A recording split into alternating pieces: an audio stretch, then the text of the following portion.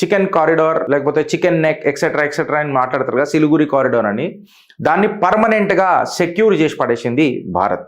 3 military బేస్లు పెట్టింది. 3 military బేస్లు ఎక్కడెక్కడ పెట్టింది గిరీష్ అని అంటే లచిత్ బోర్పుఖాన్ మిలిటరీ స్టేషన్ దుర్బిరి దగ్గర పెట్టిండ్రు. ఇది ఎవరి పేరు పెట్టిరంటే ఆసామీ కమాండర్ ఎవరైతే ఉన్నారో ఆయన పేరు మీదనే పెట్టిండ్రు. ఇక్కడ ర్యాపిడ్ డిప్లాయ్మెంట్ ట్రూప్స్ పెట్టిండ్రు, క్రాస్ బార్డర్ సర్వలెన్స్ కూడా ఈ ఏరియాలో పెట్టిండ్రు.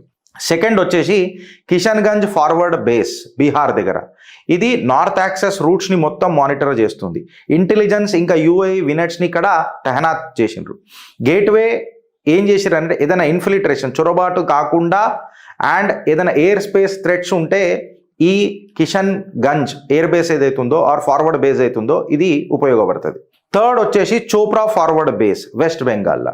ఇది లెస్ దెన్ 1 కిలోమీటర్ బంగ్లాదేశ్ బార్డర్కి కేవలం 1 కిలోమీటర్ దూరంలోనే ఉంటుంది.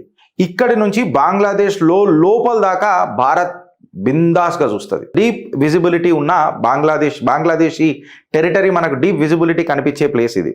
ఇక్కడ పారా ఎస్ఎఫ్ మొబిలైజేషన్ని భారత్ పెట్టింది ఫ్రెండ్స్.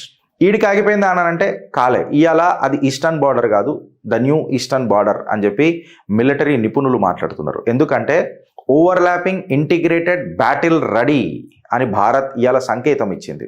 కంప్లీట్గా సర్వేలెన్స్ గ్రిడ్ ఎట్లా పెట్టిందంటే ఎవ్రీ స్క్వేర్ మీటర్ కవర్ అయ్యేటట్టు పెట్టింది ఫ్రెండ్స్.